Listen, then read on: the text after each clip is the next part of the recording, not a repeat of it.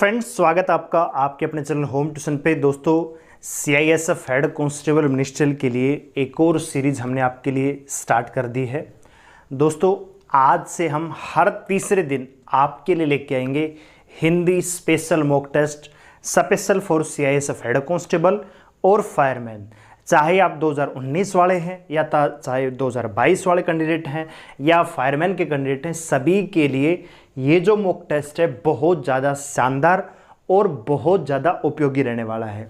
इसलिए इस क्लास को शुरू से लेकर अंत तक देखते रहिए और आखिरी में हमें कमेंट सेक्शन में जरूर बताएंगे कि आपने 25 में से कितने क्वेश्चन यहाँ पे सही किए हैं। ठीक है, तो वीडियो को स्टार्ट करने से पहले इतना कहना चाहूँगा, आप इस चैनल पे नए हैं, चैनल को सब्सक्राइब कीजिए, बेल आइकन को प्रेस कीजिए और दोस्तों लाइक करके इस क्लास को मेरी हौसला अफजाई जरूर करें ताकि अगली क्लास और भी बेहतरीन तरीके से मैं लेके आ सकूं। दोस्तों, क्लास स्टार्ट करने से पहले एक छोटी सी इंफॉर्मेशन मैं देना चाहूंगा। अगर आप हमारे साथ जुड़कर ऑनलाइन इस बैच की तैयारी करना चाहते हैं CISF के लिए, फायरमैन के लिए, तो आप हमारे शूरवीर बैच को ज्वाइन कर सकते हैं, जिसके लिए आपको हमारी ऐप डाउनलोड करनी पड़ेगी, जिसका लिंक डिस्क्रिप्शन में दिया हुआ है दोस्तों। और दोस्तों, अगर आप दिल्ली पुलिस SSC GD की तैयारी करना चाहते हैं 2023 के लिए, तो आप हमारे ऑफलाइन बैच भी आ सकते हैं। ज़्यादा डिटेल को जानने के लिए 89 010 28 158 पे हमें व्हाट्सअप कीजिए। ठीक है दोस्तों, तो चलिए शुरू करते हैं आज की इस बेहतरीन क्लास को। दोस्तों, कुछ क्वेश्चंस को हमने एक्सप्लेन भी किया है, तो बहुत बढ़िया तरीके से मॉक टेस्ट मैंने डिज़ाइन किया है। उम्मीद करूँगा आपको पसंद आएगा, आपको अच्छा भी लगेगा। तो लेट्स स्टार्ट। दोस्तों, शुरू करने से पहले एक छोटा सा मोटिवेशन आपके लिए मैं देना चाहूँगा कि भैया ज़रा हवाओं से कह दो कि अपनी औकात में रहें। जी हाँ दोस्तों, हवाओं से कह दो कि अपनी औकात में रहें, क्योंकि हम परों से नहीं हौसलों से उड़ा करते हैं। जी हाँ दोस्तों, अगर आपके अंदर हौसला है तो आप कुछ भी कर सकते हो। किसी भी चीज़ को पाने के लिए सबसे ज़रूरी होता है आदमी के अंदर का कॉन्फिडेंस, अंदर का जो जज्बा है, वही सबसे बड़ी चीज़ होती है दोस्तों। ठीक है, तो चलिए शुरू करते हैं और लेते हैं पहला सवाल। पहला सवाल आपकी स्क्रीन पर दोस्तों ये रहा। दोस्तों, पहला सवाल आपकी स्क्रीन पर ये रहा। दोस्तों, उम्मीद करूंगा कि आपको क्लियर दिख रहा होगा। बताइए भैया, पहला सवाल है कि पगड़ी रख घी चख लोकोक्ति का अर्थ क्या है। आप सभी जानते हैं कि हमारे समाज में बहुत सारी लोकोक्तियां चलती हैं, मतलब आदमी अपनी बात को डायरेक्ट ना रख के कोई डायलॉग मार देता है। डायलॉग को ही क्या कहते हैं दोस्तों? लोकोक्ति कहते हैं। एक होता है इडियम और फ्रेज, मुहावरे और लोकोक्ति, आपने देखा होगा। तो लोगों के बीच में चली आ रही कुछ बातें, शब्दों का जो समूह है वो लोकोक्ति कहा जाता है। तो आपसे पूछा गया पगड़ी रख और घी चख लोकोक्ति का अर्थ क्या है, यानी पगड़ी को रख दो नीचे उतार के और फिर घी खाओ। पगड़ी होता है दोस्तों सम्मान का प्रतीक होता है पगड़ी। अगर आपने पगड़ी ही उतार के रख दी और फिर आप घी खा रहे हो तो उस चीज से कोई फायदा नहीं है। यानी सवाल का जो आंसर होगा ऑप्शन नंबर सी, निर्लज होकर कुछ पाना। यानी पहले आपको अपमानित किया गया, फिर आप कुछ भी पा रहे हो, तो वो चीज क्या है, यहां पे पगड़ी रख घी चख के समान हो जाएगी दोस्तों। ठीक है, आगे बढ़ते हैं अगले सवाल पे।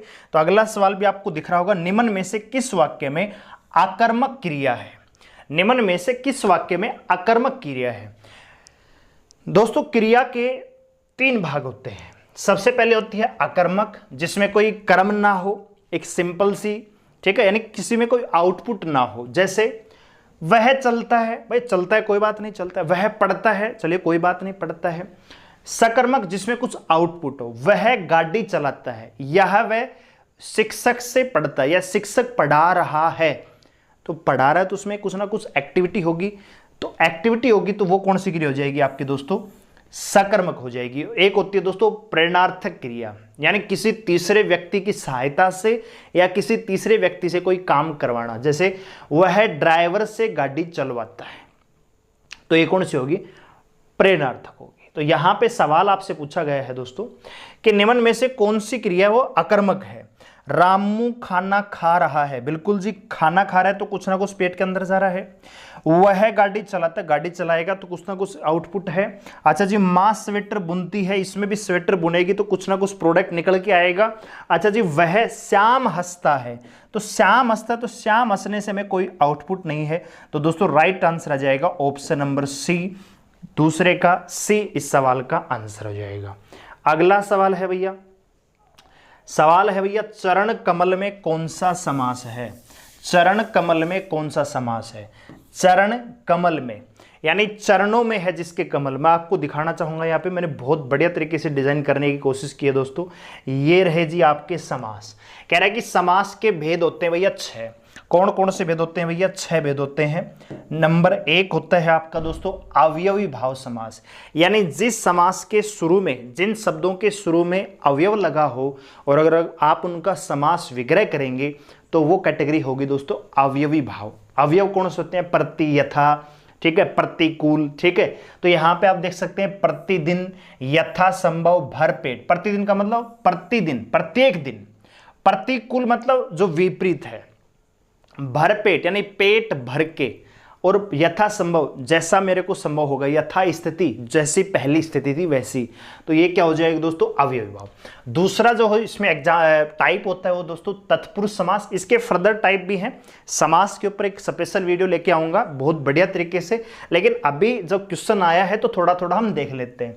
तत्पुरुष समास क्या होता है दोस्तों? जिसमें उत्तर पद है वो प्रधान होता है, यानी जिस समास को बोलने पर कोई तीसरी आकृति नजर आती है, कोई तस्वीर आपके दिमाग में चल रही है, तो वो आपका तत्पुरुष होगा। जैसे राजकुमार, तो राजकुमार जैसे समझ लिया तो राजा का कुमार, राजा का लड़का, यानी आपके दिमाग में एक फोटो बनी होगी। राजकुमार कौन होता है भैया? जी बिल्कुल, मैंने कहा मान लीजिए रथ चालक, सारथी, ठीक है, रथ को चलाने वाला। रथ आपके दिमाग में नहीं आया होगा, रथ चालक से रथ को चलाने वाला, ठीक है। जैसे चिड़ी मार, चिड़िया को मारने वाला जो शिकारी होगा, तो शिकारी की फोटो आपके दिमाग में आएगी, यानी जिसमें उत्तर प्रधान होगा वो आपका तत्पुरुष समास होगा। तीसरा है जी कर्मधारय। इसमें कह रहा है कि विग्रह करने पर है जो के समान जैसे शब्द आते हैं, जैसे चरण कमल, चरणों में है जिसके कमल, यानी चंद्रमुख, चंद्र के समान मुख वाला। मर्ग नैन, मर्ग जैसी है जिसकी आंखें। महान है जो देव, महादेव, महान है जो देव, ठीक है। तो ये किसके हो गए दोस्तों? कर्मधारय। द्विगु समास क्या होता है दोस्तों? जिसमें कोई संख्या होगी, जैसे दोपहर, दो पहरों का समूह, दोपहर होता है दोस्तों। पंचमढ़ी, 5 मढ़ियों का स्थान।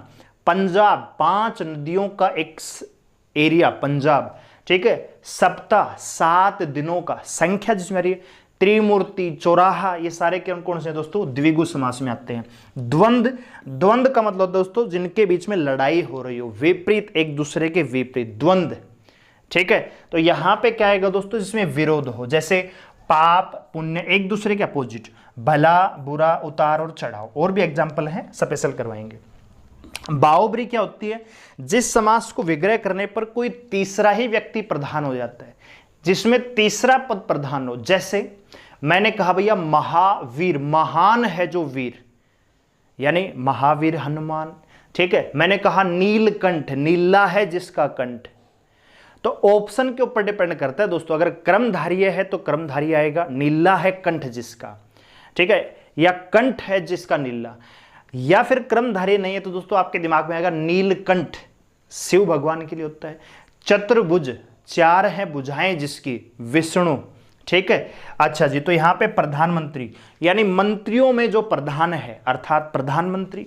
महावीर बता दिया। मृत्युंजय, मृत्यु को जीतने वाला शिव यानी शंकर, तो बाहुबरी समास हो जाएगा। अब सवाल आपसे पूछा गया है दोस्तों, सवाल आपसे पूछा गया है चरण कमल में कौन सा समास है? तो भैया चरण है जिसके कमल, यानी चरणों में है जिसके कमल, तो आंसर क्या जाएगा? ऑप्शन नंबर ए, कर्मधारय है दोस्तों। अगला सवाल है अशुद्ध वर्तनी वाला शब्द चुनिए भैया। अशुद्ध वर्तनी, यानी वर्तनी का मतलब इंग्लिश में होता है स्पेलिंग, जिसको गलत तरीके से लिखा गया है। दधीचि, निवर्ती, याज्ञवल्क्य, घनिष्ठ।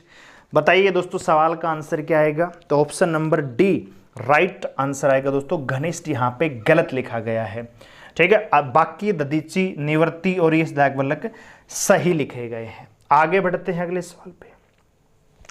अगला सवाल दोस्तों आपकी स्क्रीन पर ये रहा। बताइए दोस्तों, और हाँ, क्लास अगर आपको अच्छी लग रही है तो वीडियो को लाइक जरूर करेंगे और चैनल को सब्सक्राइब कर लीजिए हमारे साथ जुड़े रहने के लिए। बहुत बढ़िया तरीके से डिज़ाइन करके लाते हैं दोस्तों, ठीक है, सिर्फ और सिर्फ आपकी सफलता के लिए। कह रहे हैं कि वो क्रिया जो अभी हो रही है कंटिन्यू है भैया, कंटिन्यू। इंग्लिश में हम पढ़ते हैं टेंस, हिंदी में होता है काल, ठीक है। इंग्लिश में क्या होता है? पास्ट, प्रेजेंट, फ्यूचर, भूतकाल, वर्तमान काल और भविष्य काल। तो कह रहा है कि जो क्रिया अभी जिसमें काम अभी चल रहा है उसको क्या कहेंगे दोस्तों? सामान्य वर्तमान। सामान्य वर्तमान क्या कहेंगे दोस्तों? सामान्य वर्तमान। प्रेजेंट कंटिन्यूस को कहा जाएगा, ठीक है, जो समान है, ठीक है भैया। आगे बढ़ते हैं। तो ये हमने देख लिया है, ये भी हमने देख लिया है। अब अगला सवाल, अगला सवाल देखिए भैया। अगला सवाल क्या कह रहा है भैया? नयन का संधि विच्छेद कीजिए। नयन का संधि विच्छेद कीजिए। नयन का संधि विच्छेद कीजिए। तो इसमें दोस्तों सबसे पहले मैं बताना चाहूंगा आयादी संधि है। आयादी संधि कौन सी है दोस्तों? आयादी संधि है। और सवाल आपसे पूछा है दोस्तों नयन, तो नयन का जो संधि विच्छेद बनेगा वो बनेगा दोस्तों ने प्लस अयन। ने प्लस अन। तो ने का मतलब होता है न प्लस में ए, और यहां पे ए प्लस न, तो ए और ए जुड़ के ए बन जाएगा, बड़ी ए की मात्रा बन जाएगी, तो यह बन जाता है दोस्तों, ठीक है। तो नयन हो जाता है, ठीक है। तो आयादी संधि यहां पे आएगा, तो ऑप्शन नंबर ए इस सवाल का राइट आंसर आएगा, ठीक है। इसको मैं रेफ कर देता हूं क्योंकि बार बार मिटाना पड़ता है। अगला सवाल क्या कह रहा है दोस्तों? जैसा करोगे वैसा भरोगे। आपको दिख रहा होगा क्लियर, मैं ऐसी उम्मीद कर रहा हूं। जैसा करोगे वैसा भरोगे वाक्य में सर्वनाम क्या है? निजवाचक, निश्चयवाचक, संबंधवाचक, या फिर दोस्तों पुरुषवाचक? कौन सा भैया? जैसा करोगे वैसा ही भरोगे। जैसा करोगे वैसा, जैसे को तैसा, तो यहां पे क्या आएगा दोस्तों? संबंधवाचक। अगला सवाल है क्वेश्चन नंबर 8। प्रतिपदा का उपयुक्त अर्थ क्या है? प्रतिपदा का मतलब क्या है दोस्तों? तो प्रतिपदा का मतलब दोस्तों पक्ष की पहली तिथि, ठीक है। जब हमारा जो हिंदी कैलेंडर होता है, जो शक संवत है, जो विक्रम संवत, उनसे मिलके जो उसमें क्या होता है 1, 2, 3, 4, 5, ठीक है, 11, 12, 13 इस प्रकार से दिन चलते हैं। तो प्रतिपदा क्या होती है दोस्तों? पक्ष की पहली तिथि, यानी 15 दिन के एक पक्ष को कहा जाता है शुक्ल पक्ष, कृष्ण पक्ष आपने देखा होगा। तो पक्ष की पहली तिथि को प्रतिपदा और पक्ष की 11वें दिन को ग्यारस कहा जाता है। यस और नो? अच्छा जी, आगे बढ़ते हैं। अगला सवाल है क्वेश्चन नंबर 9। अनुरूप का विलोम शब्द क्या होगा? अनुरूप का विलोम शब्द क्या होगा? अनुरूप का विलोम शब्द क्या होगा? तो भैया विरूप नहीं होगा, प्रतिरूप नहीं होगा, अपरूप नहीं होगा, आंसर आएगा वैतिरूप। अनुरूप यानी जो आपके अनुरूप है, तो वैतिरूप का मतलब जो आपके विपरीत है।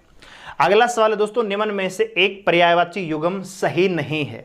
यह आपको बताना है कि 4 ऑप्शन दे रखे हैं, इनमें से कौन सा सही कॉम्बिनेशन नहीं है। पहला है पुरंदर अमरपति, सरोवर पुष्कर, जल्दी अम्बुद, फणी और उरग।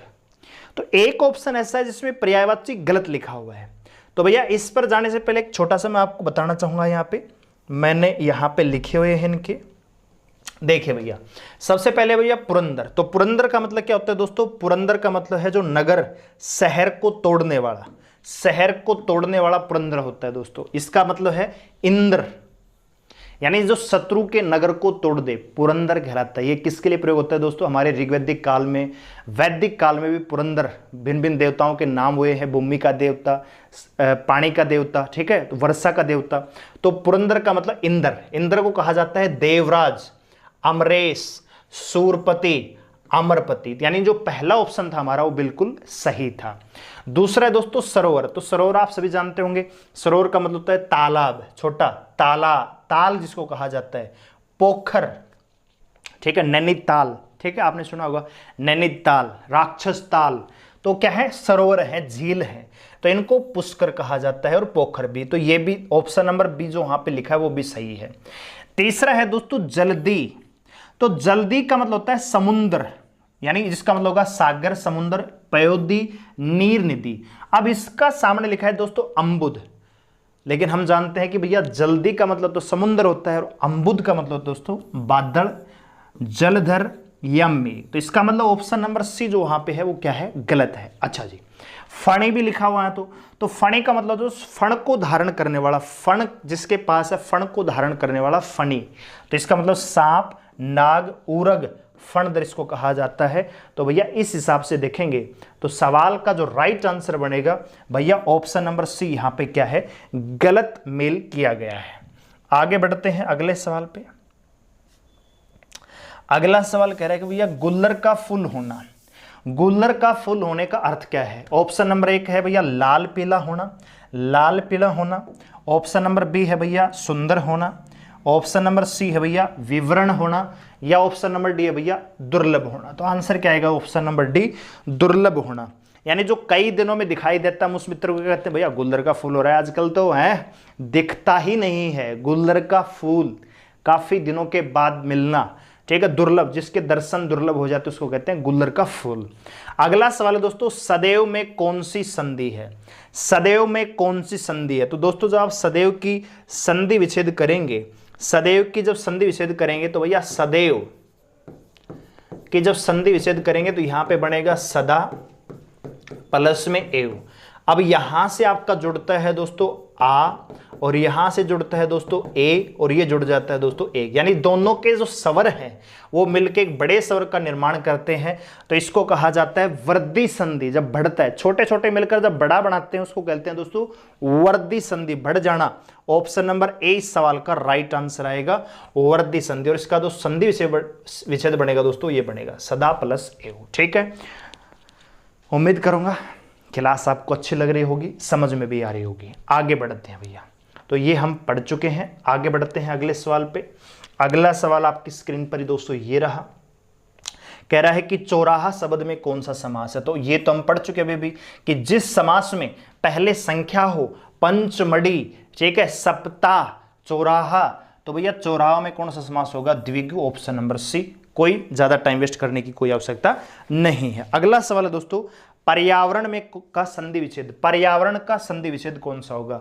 पर्या प्लस वरण, परि प्लस आवरण, परिध प्लस आवरण, या परिधि प्लस में आवरण। तो भैया पर्यावरण का जो संधि विच्छेद बनेगा, इसमें आपको बताना चाहूंगा, इसमें जो संधि है वो है भैया यण संधि, और इसका जो सही विच्छेद बनेगा वो बनेगा दोस्तों परि प्लस आवरण। आवरण का मतलब जो हो दोस्तों एक प्रकार से क्षेत्र, परि का मतलब आसपास, जो हमारे आसपास का जो क्षेत्र है उसी को कहा जाता है पर्यावरण। ठीक है, अगला सवाल है दोस्तों, वह शब्दांश जो शब्द के पहले जुड़कर अर्थ में परिवर्तन ला देते हैं उसको क्या कहा जाता है।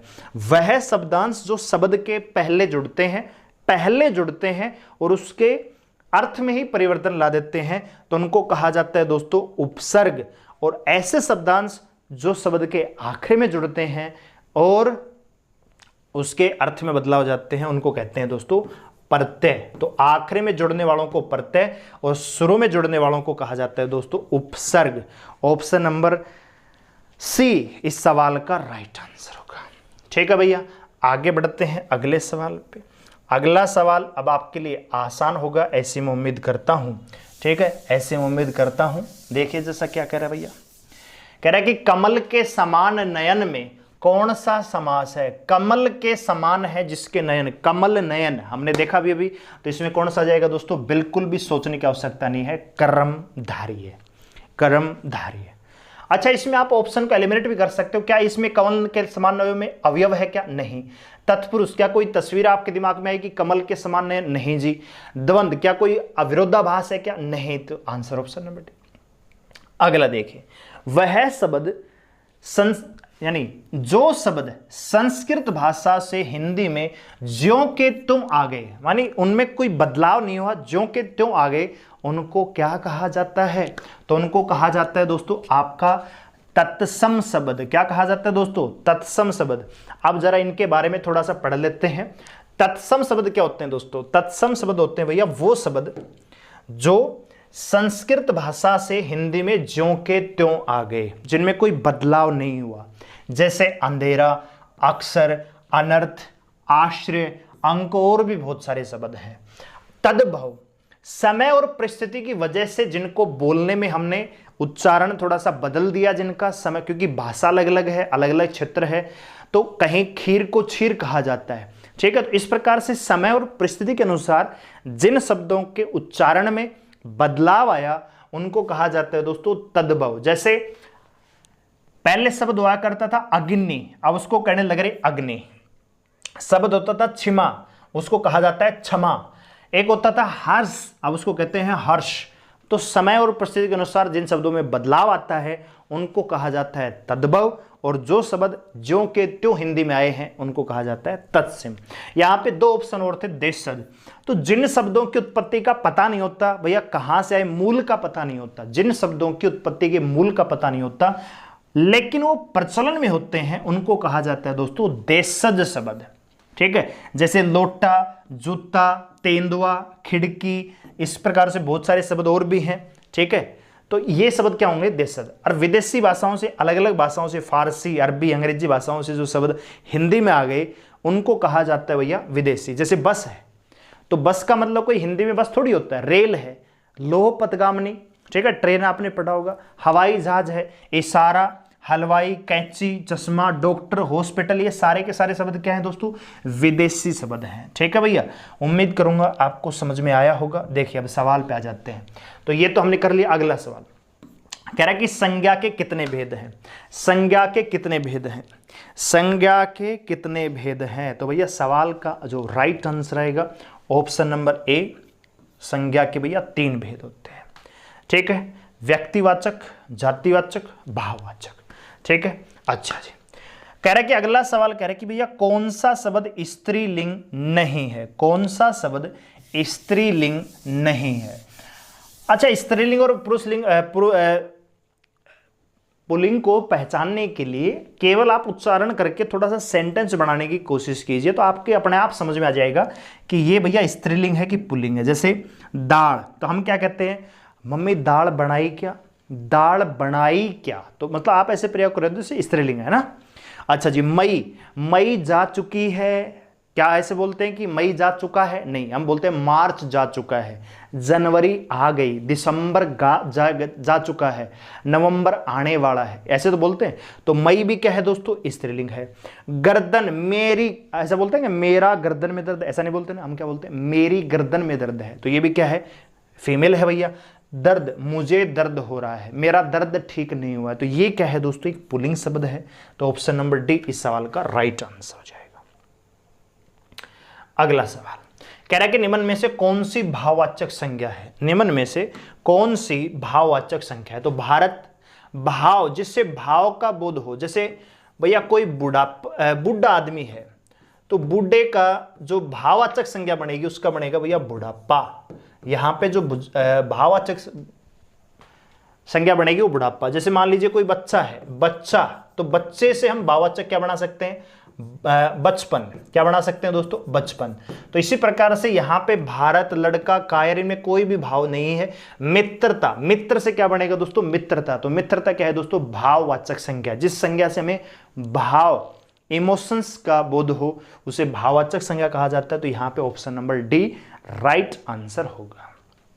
अगला सवाल है, देश को हानि जय चंदों से होती है, रेखांकित में संज्ञा क्या है। देश को हानि जयचंद, सभी जयचंदों के जितने भी विरोधी हैं, गद्दार हैं, उन सभी के लिए प्रयोग हुआ है दोस्तों जयचंद।